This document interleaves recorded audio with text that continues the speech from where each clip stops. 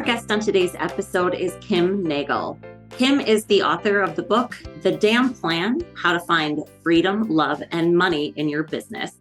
And she joins us to talk today about primarily the topic that we continue to kind of circulate around was simply related to why potentially starting and or scaling and or operating a business in a small town is challenging.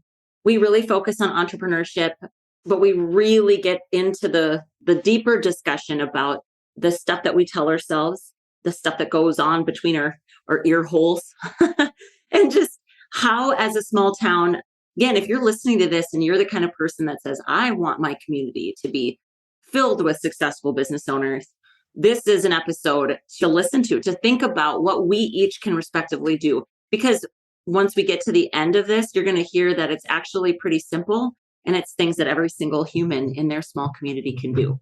So without further ado, here's my friend, Kim. Well, hi, Kim.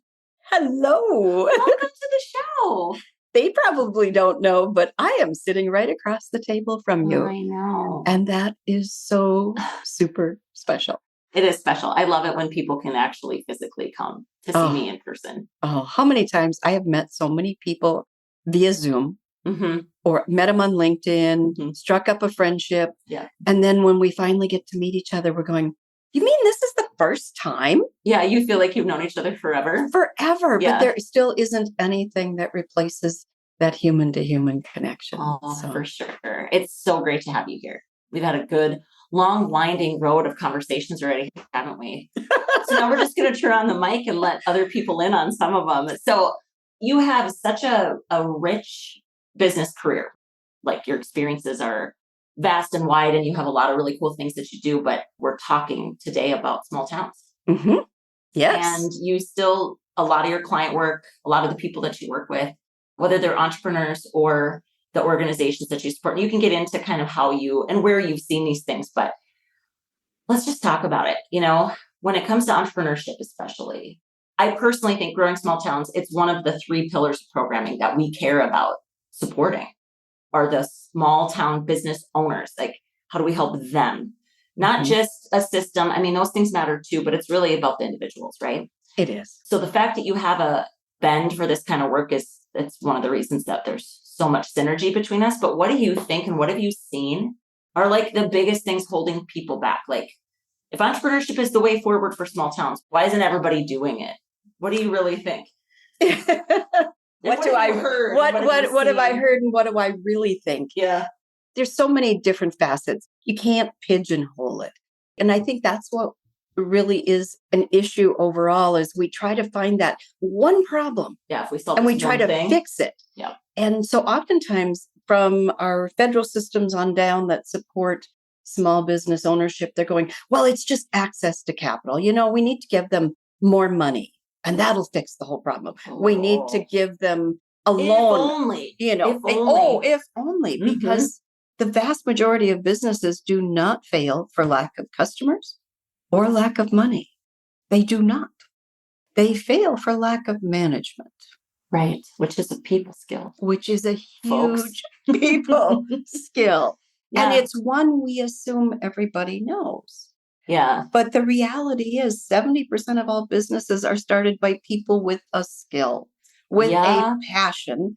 They turn it into a business, but really what they want to do is just focus on that thing. Yeah. They want to get up in the morning and pound nails. They want to get up in the morning and cut hair. They want to build websites. Well, yeah, I don't want to work. I know that back office stuff or that building that business stuff. No. So I think just recognizing that is a first huge step. And, you know, even as we're sitting here in this beautiful space, the Dorothy Jane, the Growing Small Towns incubator, just fabulous space. It is spaces like this where people can actually come to and perhaps get that support because turning them into the perfect business owner with all of those skills, I'm just going to put it right out there. Just say no. Right. Just say no. Why make it so darn hard for that extraordinary mechanic, that extraordinary website builder whatever their skill is, why make it so hard for them to be successful? Why can't we teach them that it takes more than just them? Right, exactly. So you are literally you're hitting such a chord for me because so in Oaks here in the last year, we've launched this like an actual support system, like a program for these small business owners. I recruited our baker out of Burn Bombs in downtown Fargo. Her skill is making amazing food. Like she's just amazing. I want our community to be the kind of place where we can tap someone like her and say, have you ever thought of doing this yourself? Mm. And if they say, I have, but I'm scared, we say, we can work with that, like, because again, so I think there's a couple things here. One is just that I want to help small towns. I want our small town to figure out how to support those people that have a really niche kind of skill to actually turn it into a business. Okay. I want us to be able to figure that out. The other thing is if they want to, because it's also okay if you've got a really cool, like niche skill, craft, hobby, whatever, and you don't monetize it. Right. It's like so okay. It is so okay. Or have it at a different scale. Right. Exactly. There is nothing wrong with a side hustle. Yeah. There's nothing wrong. I think we have a misconception of what a real business owner is or what a real job is. Right. I don't know about you, but 92% of all employed positions are actually started by businesses with fewer than 10 employees. Right. I mean, so you don't have to have employees. You don't have to have an LLC. You don't have to have all these checklist things that say, okay, now you're real. It has everything to do with what's between your ears and your mindset about it. I agree. Are you committed? Yeah. So it's interesting. We have one of the participants in our mastermind. Well, a couple of them actually. And they've said things like, well, okay, this is really common. I'm sure you see this all the time. They both of these people happen to work in was really low overhead businesses, right? They're consultants. One does marketing. Yeah. Right. So her overhead is like her internet, she can work from anywhere. And she made the comment, like, if something happens to me, my business ceases. And it was almost like, does that make me a vulnerable business? And I was like, okay, well, let's just dial it back and say, is this really a problem for you? Or are we making it a problem? Like, where's the messaging coming from that's telling you that the way you run your business, like you said, isn't quote unquote a real business? Right. And the idea of scaling, like all of these words that we assume come with success, again, in air quotes, it's like, no, success is whatever we need it to be. Like if your business, if all it does is pay you grocery money, let's say. Yeah. Right? Like you cover your expenses or you have very few expenses and you make grocery money. That's absolutely successful if that's what you want it to do for you. That's why I love the fact that you're really focused on like helping people actually create a business that they want instead of, I don't know, there's such bullshit out there, like in the broader, business success coaching world. Maybe we'll narrow it down to that. I don't know, in general, where I don't want to shame everybody. Like, hey, no, if it's working for you, why don't we just call it a success? And you don't have to make it bigger. You don't have to grow it. You don't have to add people. You don't have to put up a second or third or fourth location. Like you don't have to do any of that. No, don't judge number one. Don't judge your success by somebody else's success. Let's not do that. The other, but I'm just going to reel that back. It's real. We just simply, absolutely, we get to live with it every day. Someone is out there and they've made their million. They're moving forward and we're going, oh, but she's doing so well. And I'm just over here. I'm buying the groceries. I'm paying the rent. I'm doing the things. I'm raising my kids. I'm part of my community. I'm all of this. But no. Yeah. If it is a concerted decision that this is the way you want to live, you want to operate, you do not need to make any excuses for making that decision. Right. Now, we talked earlier about settling. Right. Yeah. Yep. If that you would be settle, kind of the flip side of the flip side, yeah, right. Are you settling? And why are you settling? Because sometimes we shrink back to a comfort zone. And let's just get real, in smaller towns. where Right. everybody knows your name and everybody knows your name. I grew up in towns where everybody knows your name. It's fabulous. Right. I love it. There is so much beautiful about it. But as I have done this work over the past 30 years, and I'm still very embedded in rural communities. I might live in a metro area now. Actually, I don't live with a zip code right now, which is kind of fun. Super cool. But guess what? That was a decision. And I built my business so that it fit that lifestyle. Right. So there's nothing wrong with that lifestyle. And we don't need to call them lifestyle businesses. We don't need to call them something cute that you're doing. I mean, enough of that. Right. If it is fulfilling my mission and I am not settling for less than what I'm capable of, less than what I want, I'm going to say, let's call that a victory. Let's call that success. Right. But I think people shrink back because if I put my nose a little bit too far out there, I run the risk of getting it smacked. Right. And that is real. Right. Smacked in many different ways. Now, I could stick my nose out there. I could make a huge investment. I could put it all on the line and fail. That's a real reality. It's a potential outcome. It's a potential outcome. Yep. For everybody. For everyone. Yeah. If you're doing anything at all. Right. If you're not bubble wrapped and sitting in a corner, there is a potential for failure. You could walk out your front door, twist your ankle right now. Right. There's a potential for failure. But when it comes to our Main Street businesses, when it comes to that highly visible entrepreneurial activity, there's so much commentary around it. I can hear it. Oh my gosh, that's really risky. Who does she think she is? Aren't these jobs good enough for her or him? What does she think she's doing? Is she capable? Right. Instead of walking up to that same person and saying, how can I help? You don't need to do this alone.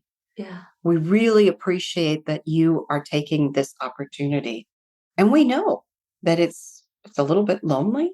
I mean, could we have those conversations versus the backdoor conversations about what if she fails? So it's interesting. I have felt plenty of that in the 3 years, since I opened the doors to this building. And I swear, like what you just described, that is what people will get from me if they walk through these doors. If they walk through these doors and they say, I'm thinking about starting this thing, the last thing I'm going to say is, who do you think you are? Right. Right. I look at them and I say, how can I help? How can I help? How can I help? And then I always say, love this. Yes. Yes. Because sometimes people just need some good old cheerleading. It's really bizarre because I have seen this community, my community at its absolute best, just literally cheering people on. And I've seen us really strip someone down, and it's interesting to me, Kim, this whole concept of what even constitutes a failure, because truly in my mind might sound naive. It might sound too hopeful. I don't know, but I just feel like if somebody tried and their business was open for 3 months and it didn't stay open, is that a failure? Now, there might be pieces inside of it that failed, systems that failed, plans that failed, that just didn't yield the results. But that person isn't a failure. No. Right? No. I don't attribute failure to people. No. And we do that. Right. We do that. Well, failure is how we learn. It is. You don't get the results you want, you adjust and hope for better. I wanted to learn how to ride bike. Okay, that sounds, it's just like riding a bike. Well, that's BS too, because you can forget. And at the age of 60, I decided that I love the wind in my hair. I love the feel of the open road. I remembered it and I hadn't had anybody to ride with. And finally I had a partner I could ride with. But I had this really ugly Kmart Schwinn bike that weighed like 9,000 pounds. And, they do make carbon fiber bikes that go like the wind, and they're beautiful and they are expensive, but they are so well worth it. So I'm out there going to make an investment in a bike. I'm going to do this. Well, I'm in the bike store. I hadn't thrown my leg over the saddle of a bike. They're called saddle, not a seat, by the way. I had to learn some vernacular because, like I said, I just did around the block with the kids for my whole life. So they showed me this fabulous bike, and he's describing it to me, and I'm looking at it, going, how do I get on this thing? I mean, that's what's going on in my head. But everybody's watching me. I swear, I thought everybody in the whole damn store was watching me. Not true, by the way. Yeah, nobody's actually thinking about you. Think they are, yeah, for sure. But I took the risk and threw my leg over that saddle. I learned now you tilt the bike and kind of ease into it. You don't have to do it like John Wayne. So I threw my leg over that saddle. I went one pedal and fell over. In the store. In the store. Woof. Woof. Now I get up, and you can only imagine my legs are shaking. And this is like that entrepreneur. You open those doors and you got that one pedal stroke, and you fail. Yeah. Do you get back up? And why do you get back up? I can tell you why I got back up that day. Because there was one person that when I told them I was scared, all he said was, I'm proud of you. Oh, that's awesome. I'm proud of you. And I got back up on that bike, wobbled around like a 5-year-old without training wheels, just about took out $1 million worth of merchandise, riding a bike inside of a store. But you know what? Rebecca? I had to fail and learn a bunch of times. I went up a 6% grade on the hard gear until I learned there was an easy gear. Oh my goodness. So now I do 12% grades. I can bike with the best of them. Well, maybe not the best of the best of the best. I'm not Tour de France, but I can get out there. You're a pro amateur, aren't you? Oh, yes. Well, that might be loaded. But, this so applies to our entrepreneurs because what did I need? I needed the right tools. Mm-hmm. Biking around on a bike that weighs a bazillion pounds, I'm not going to be able to ride like the wind. Yeah. Okay. Right. So the right tools. What are the right tools we can apply in a small town? Number one, we need support mechanisms, and that is people that are there to tell you the truth. So not every business should start. So we want to be able to crunch the numbers. We want to be able to look at hardcore facts, get the right business. Yeah. So right in that beginning, the right person attached to the right business, the right bike attached to the right person. I mean, I'm not going to ride the same bike as my 6'6" partner would have ridden. I'm going to ride my bike. Right. And then when they fall over, or maybe before they fall over, it's just to let them know that you're probably going to fall over. Yes. Let them know that there's a good chance that great marketing plan you had, that wonderful, maybe it's even your inventory, you thought it was going to be the best, and you're learning as you go that nope, they like this, they don't like that. All of that is a natural course of doing business and is not failure. It is simply a learning process. Right. I think that's one of the keys. Like this group of young people that I get to work with, I've told them, like, especially, I think if you are a highly intelligent person and you really value doing things right, and that's that perfectionism, right? That can come in. And you just have to understand that there are honestly a lot of right ways to do a lot of things. And so you have to plan well. I think, like you said, having the right tools, having the right support system, setting your foundation properly is super important. And you have to leave a lot of room for magic, which is, flexibility and adaptability. You have to pay attention, you have to observe, you have to adjust. And so you are going to fall down. Like you absolutely are. You're going to try something and it's not going to work.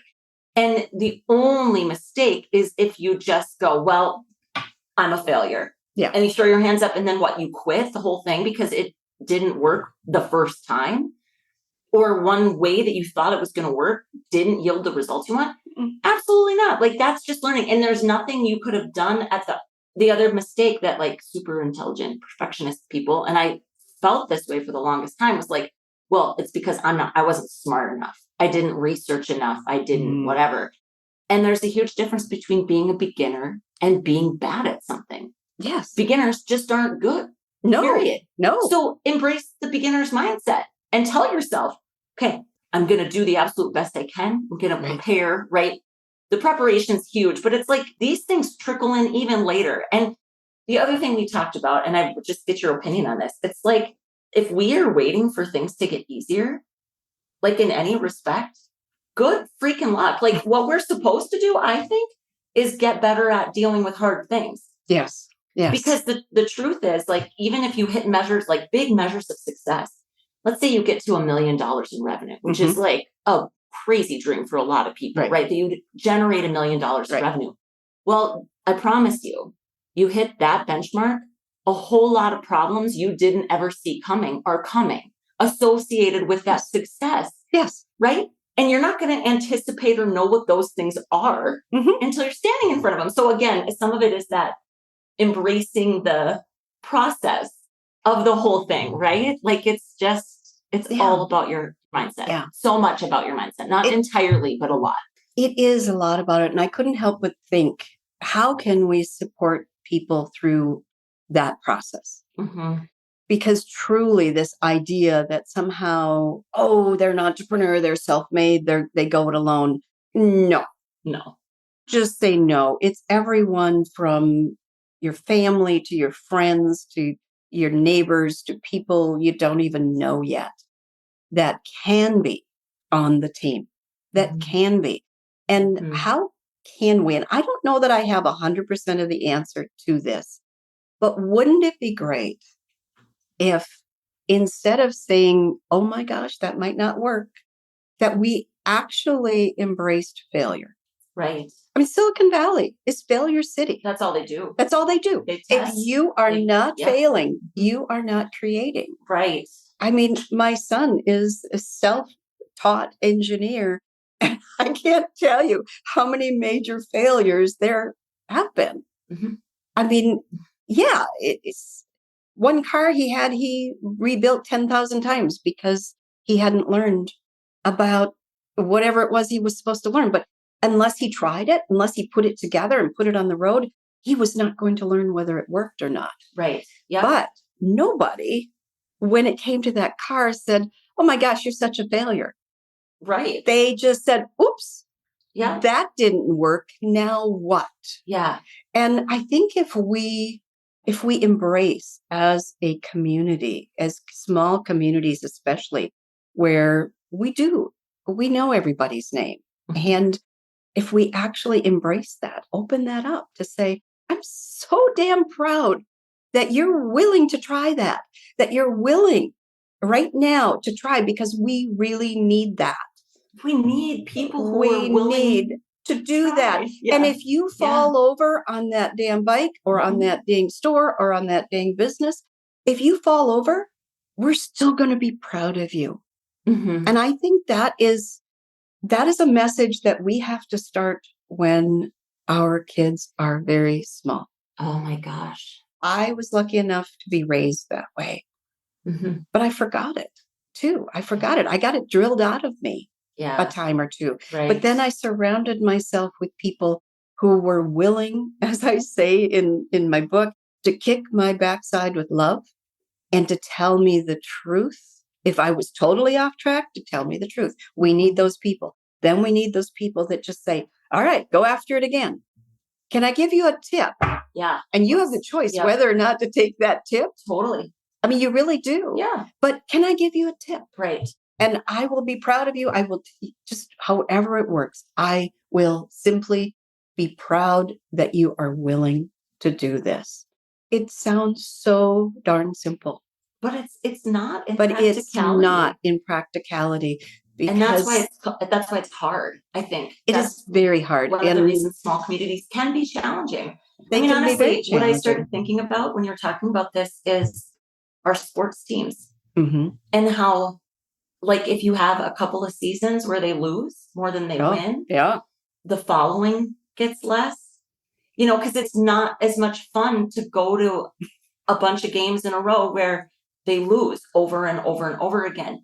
But we need to still remember that the kids still showed up and tried. They tried. And that's like, where is that just consistent support?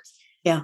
And that's hard. It is very hard. We're kind of pushing on this and pushing on it and pushing on it. And it would be great if there was a program. It would be great if there was just this magic button we could push. Right. But right. it really comes down to one person at a time.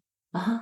One person at a time. If you are in a coffee shop, if you're in the coffee shop and you overhear someone say, they're just thinking about starting, they'd really like to do this and they're kicking around a few tires. What would hurt if you turned on your chair just slightly and say, hey, I just overheard what you said. And I think you got something there. Can I recommend? Or let me know when you're ready. Or if I can help. What would be so hard? It's that simple in our small towns. I agree. It's that simple. So it is an easy button. Mm-hmm. Before we got on, I mentioned that I had the opportunity to, in my work with developing community development financial institutions and working in small towns, building business centers, that I did some research as part of some work I did with the state of Minnesota. And do you want to know what the number one reason people said they didn't want to start a business in their small town was? I know the answer. You know the answer. But please tell the audience. Please, pray tell. Yeah. Is they were afraid of failure. They were afraid of what the neighbors would say if it didn't work. And sure enough, I saw this come to pass. Small town, I'll leave the name out. 3 businesses close within 3 months on the same street. That's tough. That's tough. Holy smokes. Yeah. Mm-hmm. Did those businesses make the front page before they failed? Did the newspaper do an article about 3 new businesses opening up on Main Street? Was there some whoopla and horns blowing when those people stepped in courageously, rented those spaces, and tried something out? Right. The answer to that is no. Mm-hmm. But all 3 of them close at once?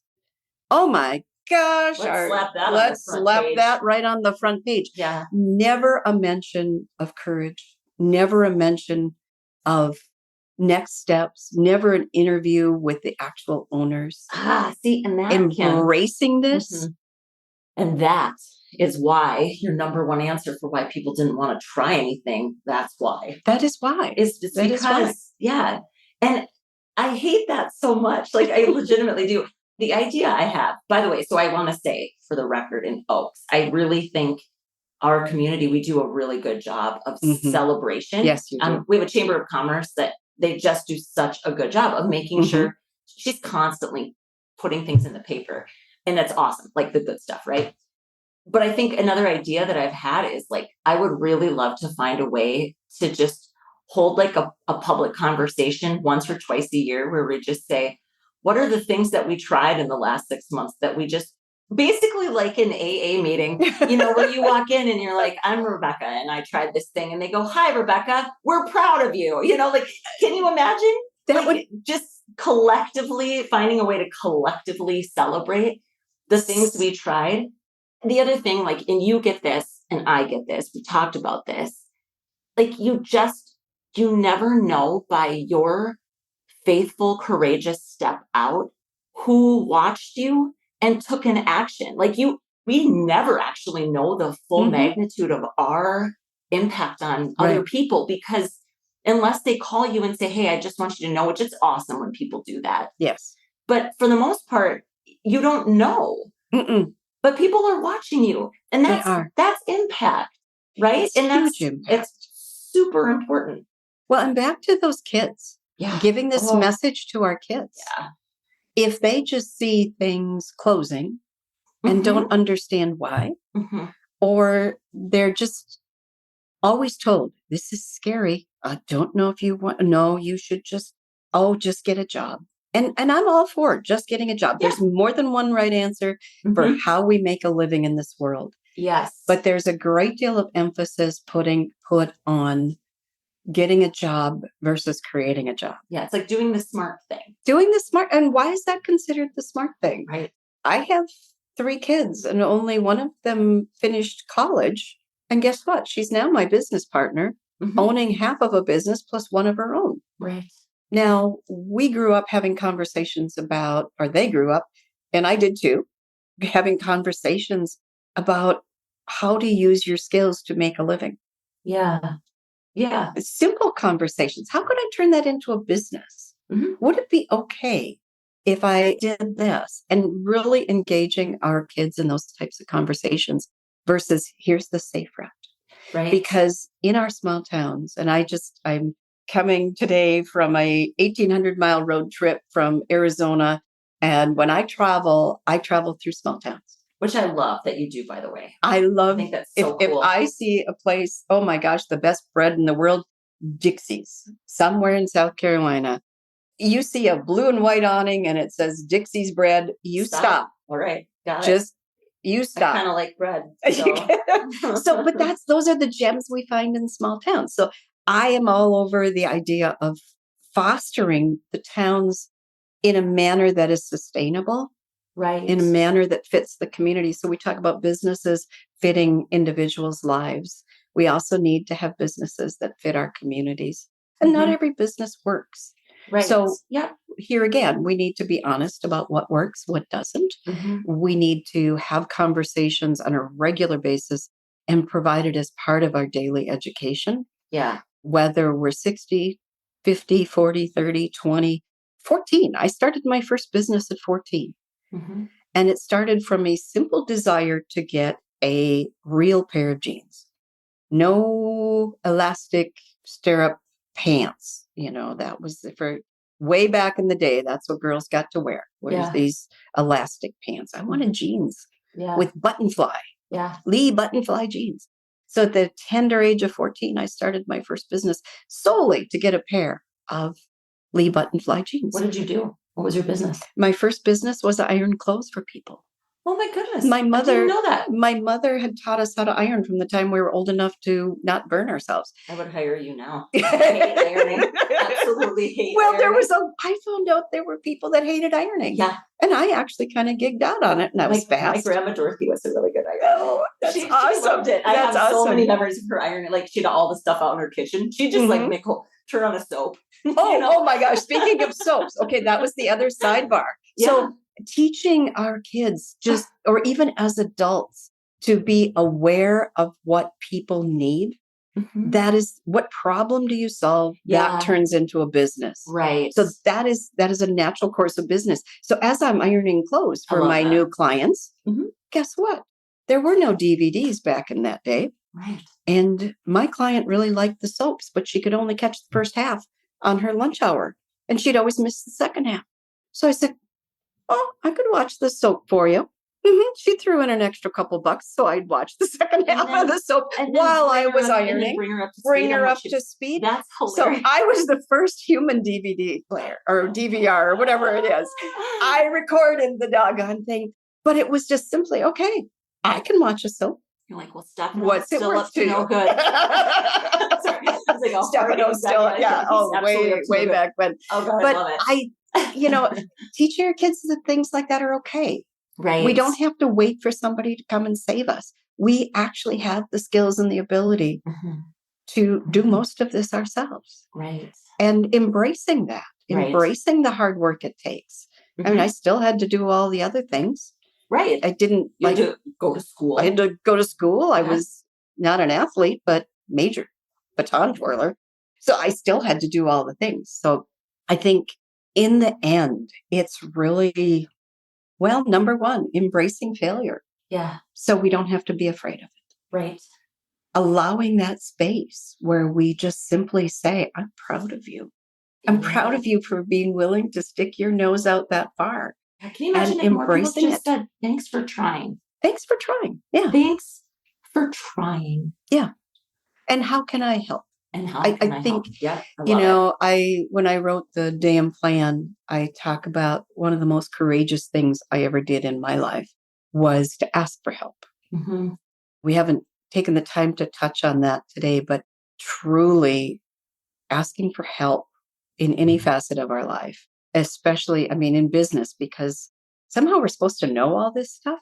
No. Right. No, that mechanic does not have to know about how to keep books. They just need to know how to find somebody that knows how to keep books. Exactly. They need that link. Yeah. And that's just it, the connections and the networking. Why can't our communities stand in that stead for a business owner? Absolutely. Right?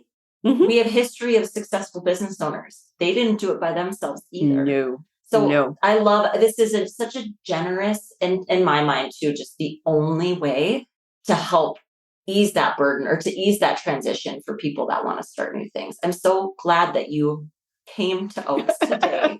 So fun. And by the way, Kim's book, everything will be linked in the show notes so people can find you and come and work with you. And rural towns, you can't take the rural out of the girl. You just can't. As I was driving across, coming up through South Dakota, coming across into North Dakota today, I'm just going, oh, there's so much beauty and so much peace here. How can we also create the prosperity that people need and allow them to live where they love? Yeah. Truly, just to be able to live very well where they love. And I think that is the mission of our small towns, is they are so needed. They are so needed. And they don't need to be an afterthought in this country. We just take work. Just take work. Yeah. Thank you so much for sharing all of your perspective today. So happy to know you. You're an absolute friend of our work for sure, and a dear friend to me too. Well, and likewise. And what a gift. And it's all about showing up. Yeah. I just said, Rebecca, I'm coming up through your way. I'm going to show up. Yeah. And here we are. Here we are. And I hope somebody out there got the message, the most important message. There's no shame in asking for help. You definitely do not need to go it alone. And if you fall off the damn bike, surround yourself with people who will just say, I'm proud of you for trying. Love it. Okay, come on back to us soon, Kim. I will.